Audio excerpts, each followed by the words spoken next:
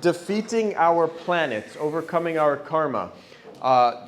This is where the science of yoga gets absolutely so fascinating. And so we'll go into that in a moment. But first, let me just talk about, is this a science? We live in a very scientific age. Human beings love science right now. Science tells us it's true, it's not true. So let's start with, is astrology true? You know, if we could prove that it was a science and that it worked all of the time, then we could take the next steps with it. Hey, you could tell me my future. I'll tell you a little joke here. There's a man who went to an astrologer. At least I find it to be a joke. Some people might say, hey, that's a great idea. But anyways, a man goes to an astrologer and he says, please tell me where I will be born next incarnation. Please tell me what my name will be. And the astrologer's thinking, this man seems a little funny. Why? So he asks, why are you asking this? Why do you want to know what your next birthplace will be and what your name will be? And so the man tells him, I've made a lot of money in this incarnation, and I'm going to write my will to myself with my new next name that you give me. So anyways, if this is a science, I'm sure people will want to know more about it. Interestingly, Western astrology is better at predicting our personalities and how we will react to certain situations in life. Indian astrology is better at predicting the future, which is really, really fascinating. My spiritual teacher, Swami Kriyananda, got 2 different readings from Brighu. If you know in the Gita, it says among sages or saints, I am Brighu. So, and Brighu said that your first reading I did by astrology. Your second reading I did by the power of yoga. And basically today we're going to show how these actually sciences are exactly the same. Basically Naveen will speak a lot about the inner side of this, but I'll speak about the outer side for a second, and we'll talk about how they go together. The outer side, maybe you've seen this, maybe some of you are astrologers or whatever, but the fact of the matter is that if you take the sky up there, or our universe, you could divide it up into segments of 12. And in Indian astrology, they look for particular constellations in that and know exactly where it is and when that particular constellation will be giving us particular vibrations. In Western astrology, they just kind of look at that whole chunk of the sky and can do different types of things understanding that. But in order for this to work, it means that this actually has influence on us. So can a star or a group of stars so far away, could that actually have some kind of influence on us? Is there a science behind this? Very interestingly, people have studied this. And they have taken people who were born basically almost at precisely the same moment in the same hospital and then documented and studied their lives. And these people, they will get very sick on the same day. They might earn a lot of money on the same day. And you can begin to see that, wait a second, there's just too much in this to call it coincidence, that certain things are at play here. And with this, what is important, it doesn't always turn out like that, otherwise there would be no debate here, that each one of us, we bring our karma from the past as well when we're born on that particular time. And so, then even when the same influence is there, different people's karma will have different reactions to it.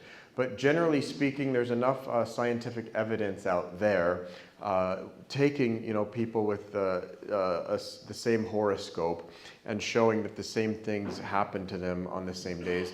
It also won't be that they inherit the exact same amount of money on the same day. Maybe one person gets a certain amount and somebody else gets more. But the interesting thing is that they both got that. They got money on that same day, or they both got sick on that same day. So there certainly is a science to this. And another side of this is, and I said it earlier this morning, but we are the ones who have created our own karma. And so the stars out there are simply like storage units that are going to give us our particular karma at the particular right time. Maybe you may have seen like children that will have a remote controlled car, and they can, even though they're not sitting in it, that they by sending electromagnetic rays at the particular frequency, that then they can drive that car around. Well, actually, that's what's happening to us.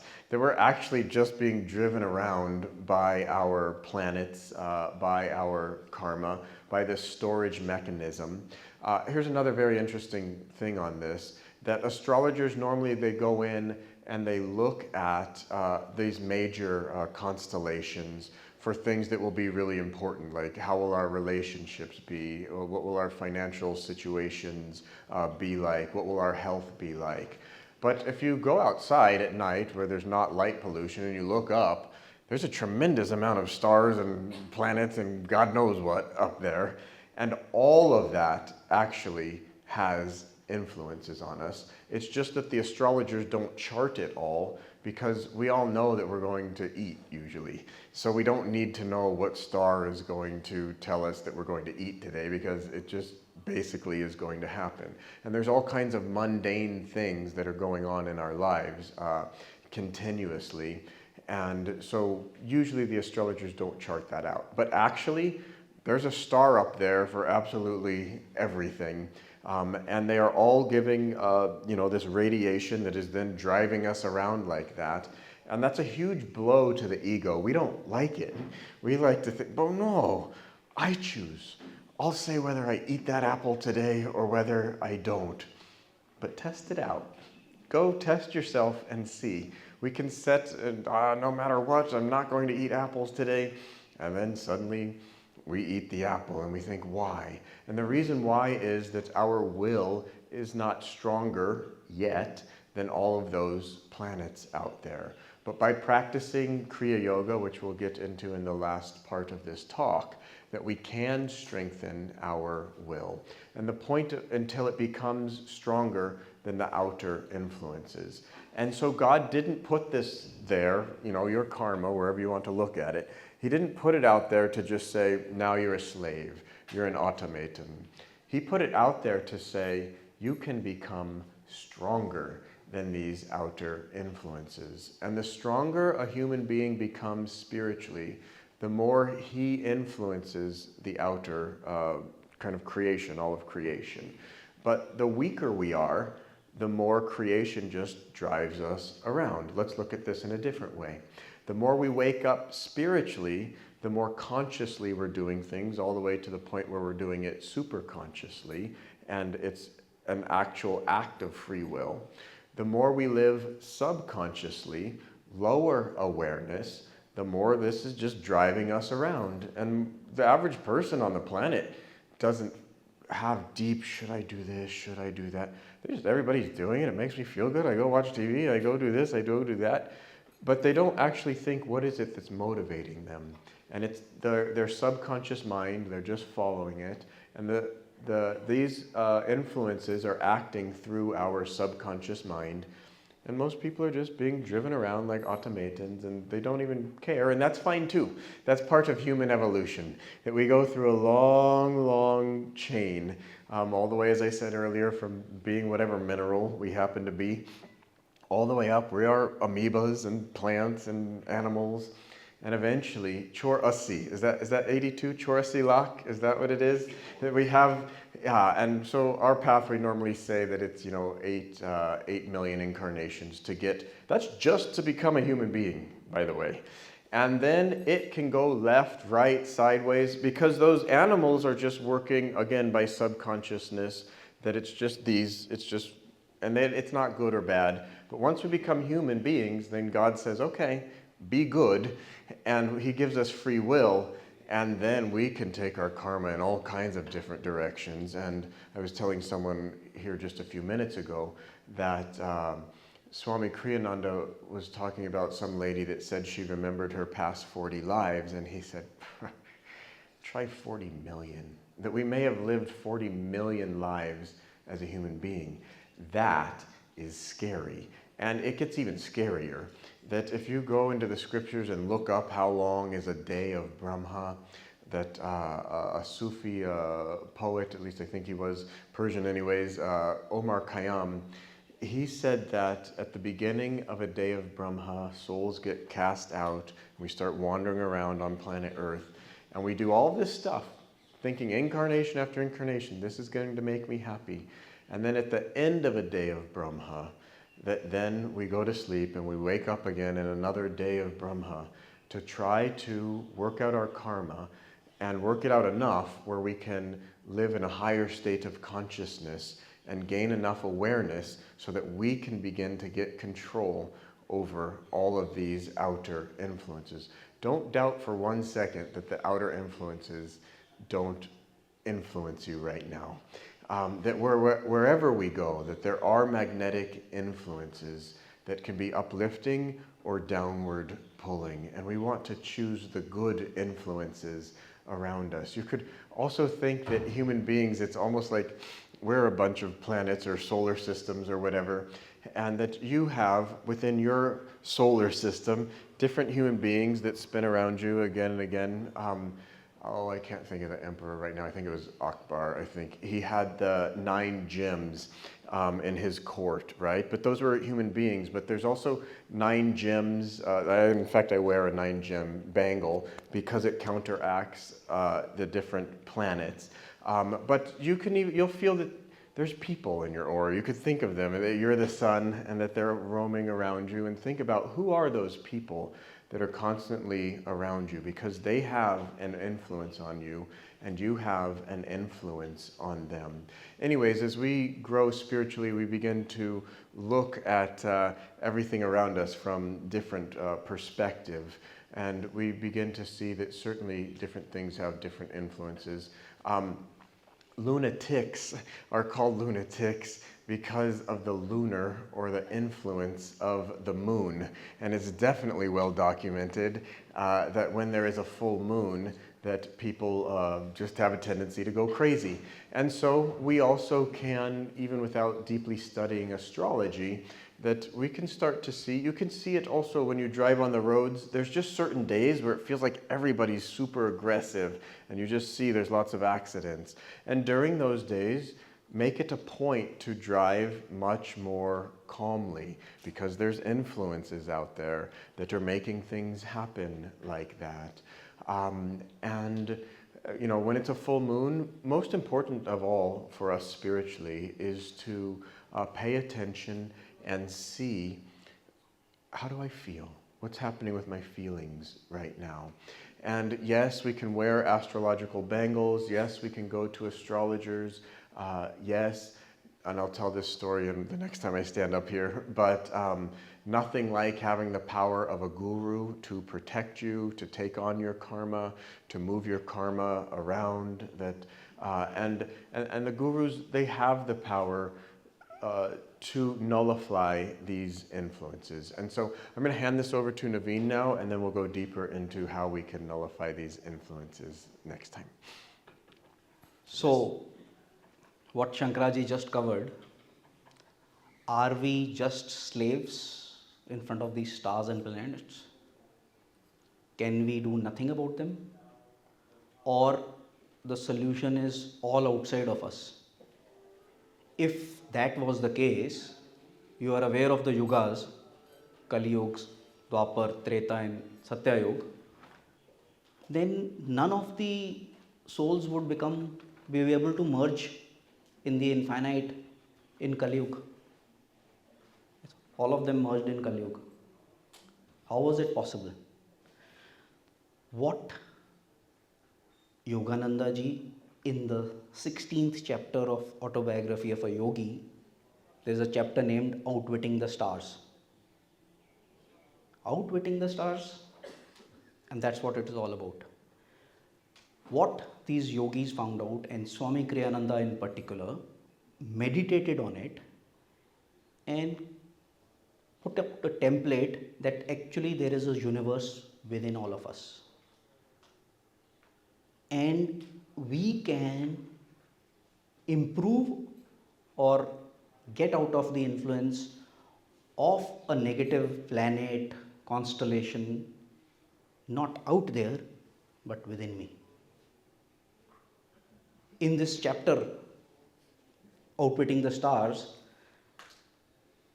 Yogananda ji did not actually believe in astrology. And he met his guru, Sri Yukteswar ji, who was the Gyan Avatar. And he was an excellent astrologer. In fact, he has explained the Yuga theory in such a manner that, would you believe that according to him, and it's the truth, we are in Dwapar Yuga right now. We are not in Kali Yuga. So that's a separate class altogether.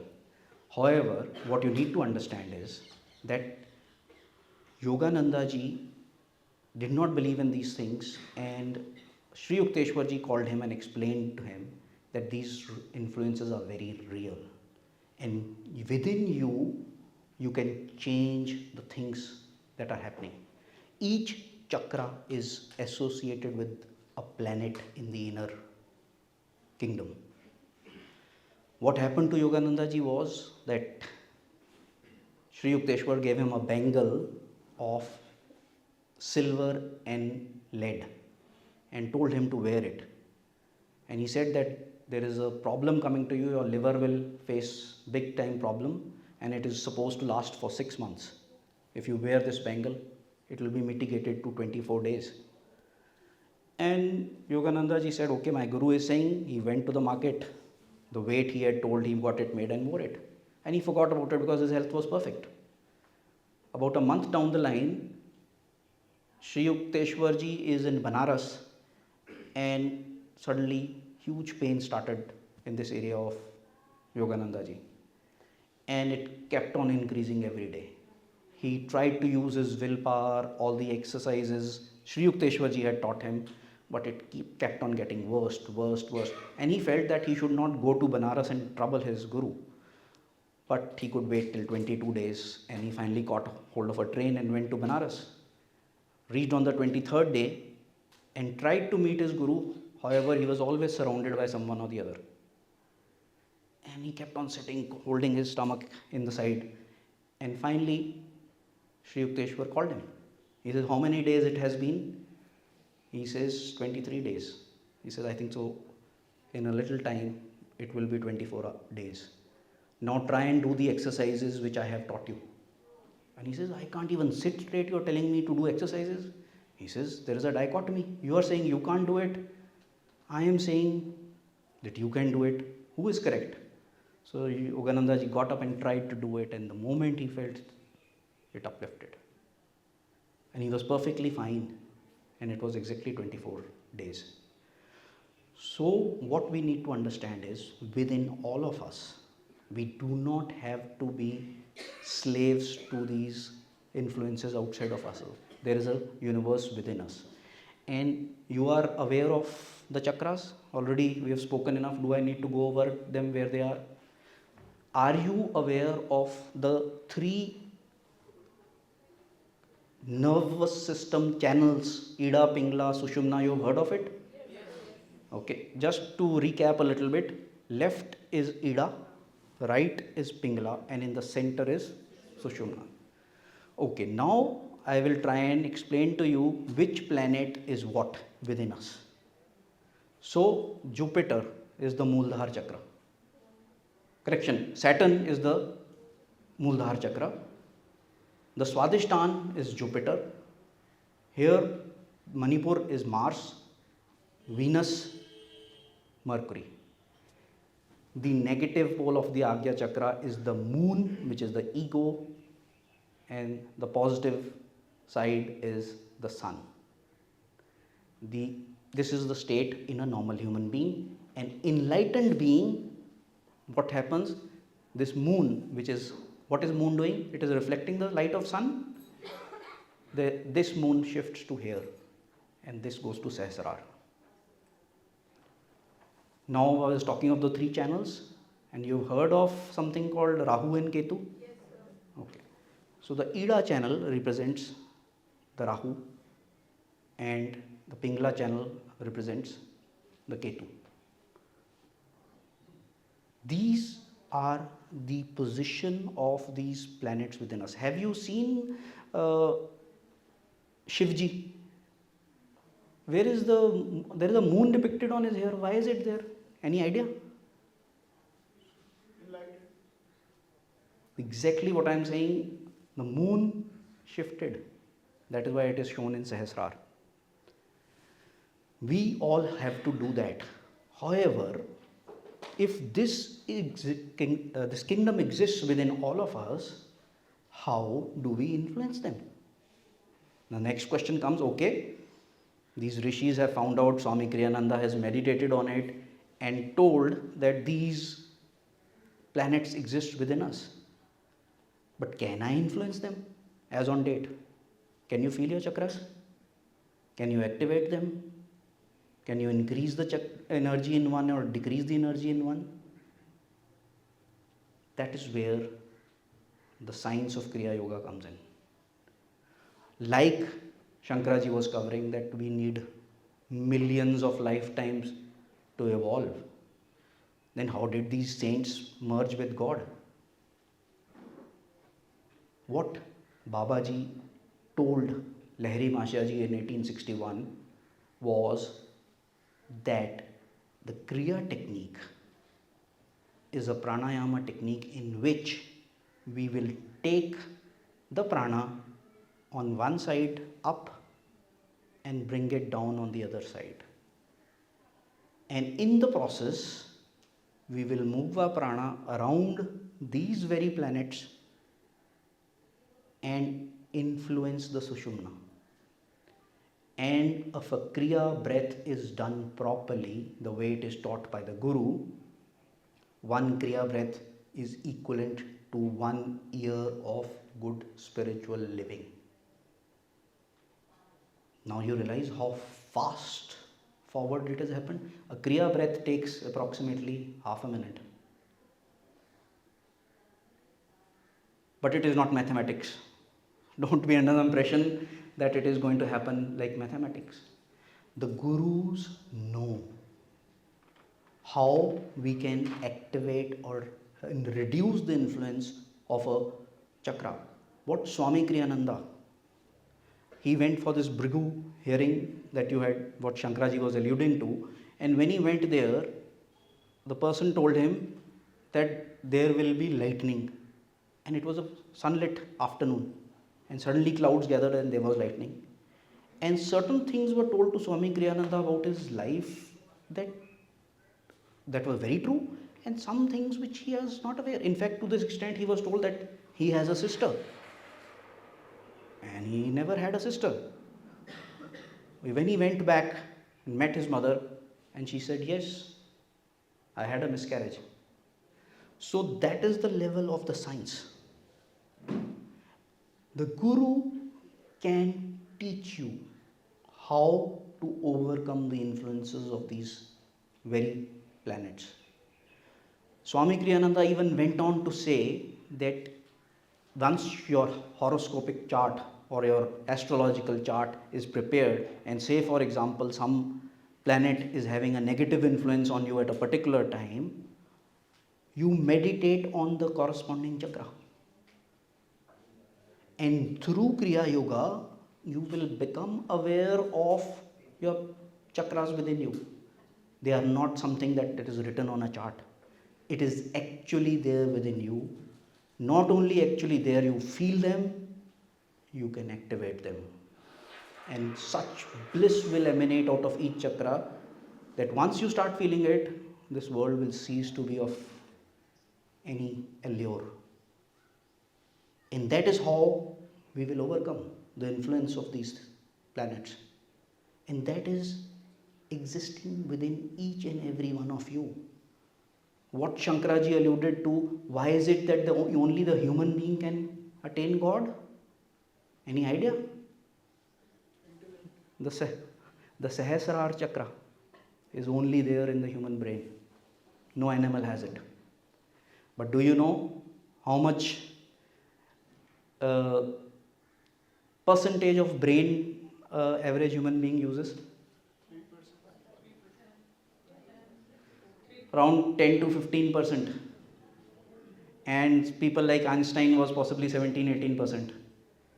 Why did God give us such a brain and made us use 15% of it? Answer lies here. Kriya Yoga is such a masterful technique that it teaches you to concentrate, to control your prana, to bring it into these chakras and take it up step by step and merge with Krishna who's waiting here. And that is what we all are here for. Lahiri Mashya ji had a disciple by the name of Krishna Ram. And Krishna Ram used to just use a fan and be behind standing. If you've gone to Varanasi, that takhat is there. And Krishna Ram was doing all these things. Every day morning he used to go with Lahiri Mashya ji to the Ganges for taking a bath and come back. And he says at times in the morning, because Lahiri Mashya ji was in Samadhi throughout the night, that when he used to walk like a drunk, going till Ganga and then come back. People came to that takhat, to that house, got initiated into Kriya, went into ecstasies, went into Samadhi, went into Nirvikalp Samadhi, became masters in their own right. But Krishna Ram was just using the fan behind. 7 years passed. He was not given Kriya. People had come, got Kriya, got higher Kriya Dikshas, and when they were talking of their experiences, tears were flowing down their eyes. But Krishna Ram was there. 7 years down the line, one day, Lahiri Mashya ji called him. And he says, come, today I will initiate you. And he initiated him into Kriya Yoga. And in his first Kriya meditation, he went into God consciousness, the ecstasy of God. Why could he go there? What was the greatness of the Guru? The Guru knew these influences. Guru knew when the time is right for him to get Kriya. But what a perfect disciple he was. He didn't ask even once, give me Kriya, give me Kriya, give me Kriya. Because the Guru knows they are one with the infinite. What and how you will overcome the influences of any planet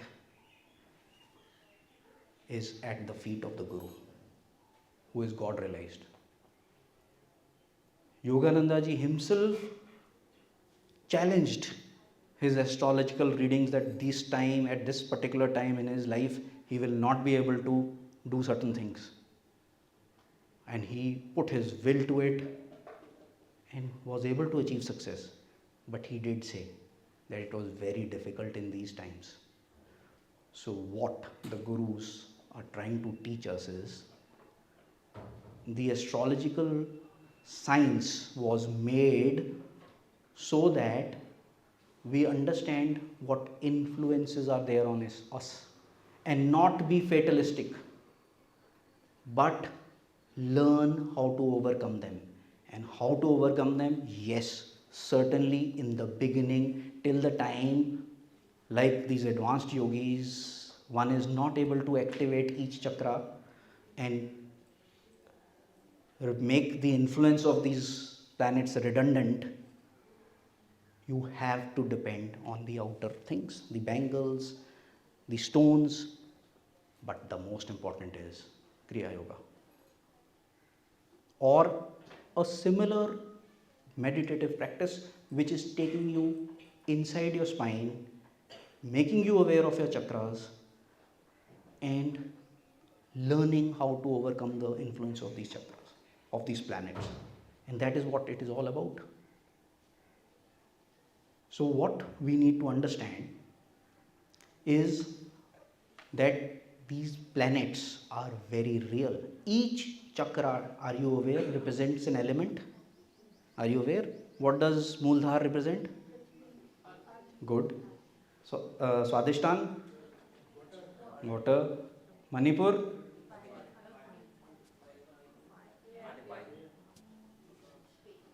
ether. What are these planets made up of?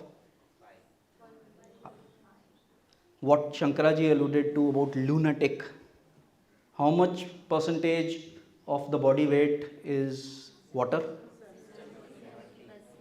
If an ocean can rise, can you imagine what is happening to the water that is within me? It is a very real thing.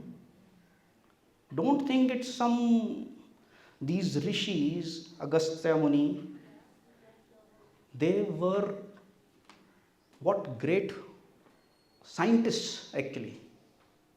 I think so the word for the great scientist was rishi in those times. They have found this out. They have given it to us. Learn it, and like Yogananda ji, we too will learn how to outwit the stars. But till the time we have not reached there, we need all the help we can get. So we need to use both the methods. And there are so many examples of disciples of these great masters, not only these masters, all the great spiritual masters who have cured their disciples, Jesus brought, Sri Yukteswarji brought people back from the death. How could they do it? Do you know of the story of Adi Shankaracharya when he came to, Varanasi, and a person was staying at that time with Babaji, and he went and he came to know that this Adi Shankaracharya is a great astrologer. He went to him, showed him this thing, and he said, "You are dying tonight." This person was stunned. How can you say like that? He said, "This is written in the stars. You are going to die tonight." So he went running back to Babaji and said, "This is what he has said." He says, "Go to him and say, you will not die tonight." He went back. "My guru is saying that you will not die tonight." He again referred to his charts and said, "If that happens, I will come to your guru and take initiation." And in that night, there was a huge storm, lightning storm, and Babaji actually laid down on top of this disciple. And he survived the night. In the morning, he went to Adi Shankaracharya and he said, "Okay, I am coming with you to take Diksha." That is the love of a guru. Find your guru, put everything at his feet. You don't have to worry about any star, any planet, because you are at the feet of infinite. These stars are but his imagination. So I'll now hand you over to Shankaraji, who will conclude the talk. Thank you, Shri Guru. I want to ask you a question. Where do you think the center of the universe is? Do you think we're going to find it by making the Hubble telescope even more big and looking out there or whatever? Where do you think the center of the universe is? Up? Somewhere up there? Here? Yes? In the spine. Okay. The center of the universe is within you. And that's such a fascinating thing to think about, that you could think all of these different planets, that they're spinning around the sun, and that's true, but you can also think that they're spinning around you. And I just want to point out here that there are 12 wedges here in the sky, and those are the different houses. But within that, then there are the planets that he was talking about, and those planets spin around, and they are in different houses at different times. Perhaps some of you are astrologers, or perhaps some of you have had an astrological chart made up, and whether it's from the South India or North India or whatever, they look a little bit different. But the very interesting point is that chart, that box with the different houses and where your planets were when you were born, that is within you. And it is all under your control as you begin to learn to practice Kriya Yoga. That Kriya Yoga then gives you, just as those planets are spinning through all of these different houses, that you start spinning those planets throughout all of the different houses. And earlier, Harpriya was standing here and saying one Kriya practiced in 30 seconds will give you 1 year of spiritual evolution. Now, but if we start to visualize, does that mean, this chakra is actually moving up here and it's moving around the sun, which is here, and how's that working? And we need to understand 2 points. Number one, the essence of Rahu and Ketu, or Irda and Pingala, is everything. It's via our concentration with Kriya Yoga that we are cycling, you could say, via these channels of energy, the planets around the sun. Number two, it depends on where is our, so we go actually in Kriya Yoga and we stimulate each chakra, or we mentally are there on each chakra, but we do it from a point of concentration from here. And then in that way, via Irda and Pingala, we are able to rotate the energy of the chakras around the sun, and we get on the inside what it feels like to have this planet in this particular house or whatever.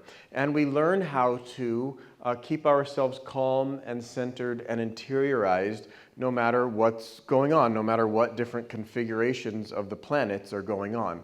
And so this is the science again, how it works, that we can have 1 year of spiritual unfoldment in 30 seconds by practicing one Kriya. And this becomes absolutely so powerful. And as we do that, and for those of you who are already Kriyabans, it's really an amazing thing to practice your Kriya and imagine, you could say that you are from here, that you are the sun, and that you are energizing each particular planet and giving it. I mean, imagine when the sun comes up on this planet, how much energy comes, and all of the wonderful things, the plants that are growing because of that, the clouds are moving around, and I'm not enough of a scientist to know what all else happens. Things are getting warm and cold, and things are moving around. But you then now, you have that ability to be giving that kind of energy to all of your planets, and feeling then what it feels like to have that kind of energy from the sun going to these different planets, and what it feels like to have these different planets in different configurations, and that you can progress then no matter what the configuration of the planets are. You are happy. And so the way that out of this, another way of looking at it, is to achieve wisdom. And that wisdom is to realize we are not a body. We are not an ego. That man is a soul and has a body. Most people have spiritual amnesia or don't have wisdom yet, and they think, I am this body. They say I have a soul, maybe it's in there somewhere, I don't know, maybe I'm a soul, I don't know. They have it ulta, they have it flip-flopped, it's backwards, that they think that they are a body and maybe I have a soul. But the more that we can realize that we are a soul and that we temporarily have a body, then we can realize that we are standing at the center of all of this, and then it becomes, the whole universe becomes yours. Is that a different way to look at life? We go out there and we think, okay, that guy owns this and this guy owns that, and that. No, God owns it all. And when you become more who truly you are, suddenly the whole thing, not just this planet, but the entire universe becomes yours to interact with, to play with, to learn from, to enjoy. Isn't that amazing? Yours, the universe, it's yours. It's not somebody else's. We like to put the blame or the whatever the opposite of blame is, thanking people for that, the gratitude on other people. And that's fine in the beginning because there are higher influences and higher souls and devas and all of this, and we need to be grateful to that. But all of the devas, all of the higher beings, all of the gurus, they want for us to wake up and remember that we, and it cannot be we, the ego, sitting at the center of the universe and finally Shankara told, finally someone recognized how great I am. It's not like that, that there has to be humility and that we begin to realize that we're not who we think we are, but in giving up this little sense of ego, that we become so much, much more. I said I would tell a story, I will tell it. There was a man, he went to an astrologer, maybe he was in his 20s, and the astrologer says, I hate to tell you this, but you're going to die at age 44 or whatever. And I don't remember the exact years in this story. Well, obviously the man's not happy about that. He's calculating, I only got so many years, and he's, really worried about this for a few years. But then at some point he thinks, I just have to live my life and do the best I can with this thing, and let's see what happens. And so he did that, and around age 44, he gets in a terrible car accident. The car rolls and rolls and rolls, but somehow miraculously, he had some pains and some hurt, but he was okay. And then that came back into his mind. That scroll or whatever with that horoscope that I put in my safe, that astrologer said I was supposed to die at this age. I wonder. And he goes and he looks it up, and I was supposed to die today when I had this horrible car accident.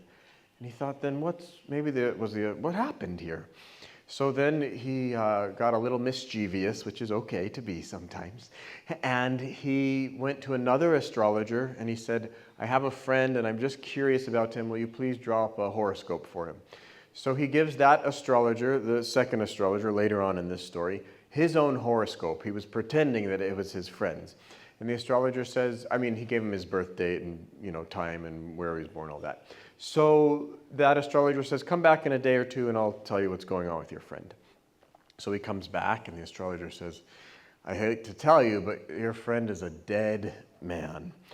And he says, well, I hate to tell you, but I played a little trick on you, and that wasn't my friend's, birth date. It's actually mine. So what happened? And the man says, the astrologer, do you have a guru? And this is a real story, by the way. He said, yes, my guru is Ananda Ma. And the astrologer said, where Ma begins, astrology ends. So this is very similar to the story that Naveen told about Babaji laying his body over that. But I want to talk about, now, how does that work? One way that it can work, the guru can actually take on your karma. So he can see all this. He sees that there's some difficulties coming for you in XYZ time. He'll just take that onto himself. Just like if you had a very strong man and someone who's not too strong comes and punches him, okay, I'm strong, it's okay. He can take that blow. But a very weak man, if that same blow, it might kill him. So the guru, he can take it. He can take some of our karma. It's fine, he's a very strong man. So that's one way. He'll take that karma of yours onto his own body. The other way is that the guru can take your karma, and these are the two ways I understand. I'm sure there's more things that these marvelous gurus do. But the guru can take your particular karma that was supposed to happen on this date, and just like we can buy something, with an EMI, that he'll just move that karma around. It still has to be paid, but he's not going to have you pay it on that date. And he can skillfully move around your karma so that you can have very good days of karma. Now, again, I made you ask or it was the session before, maybe all of you weren't here, but what is very good karma? Good karma is that which brings us closer to God. That's something to think about. So an avatar, a guru can move around your karma, and he'll make you have a day of good karma, which means a day where you'll come very close to God. And then you will get a touch of that, an experience of that, a taste of that. And you will say, this is what I want. This is very nice. And then you will do your own effort to meditate more deeply, to do the Kriya Yoga. I had a friend at night, we'd say good night, he'd say, I'm going to move some planets. And he was meaning that he was going to go in and practice some pranayama, some Kriya Yoga, in order to dissolve his karmas and to move around the planets inside of himself. So then we get the impetus from the guru when he shows us what it really feels like to be spiritual, that we are going to do the work. And so the gurus can help us in very wonderful and subtle ways. Also, please understand that we live in this physical world, and sometimes it's hard to understand these subtle powers. But think about, I don't know, I don't want to get into politics and all that, but the ability to understand nuclear energy. And then somebody else who just says, no, I can't. That's just in your mind. That's some imaginary atom or something. I'll hit you with my club. I'm much more powerful. But the subtle thing, the understanding, the ability to understand an atom and take it apart and have nuclear energy, even though it's a subtle thing, how much more powerful is it? And so, what we've been talking about today are subtle influences, yet they are vastly powerful.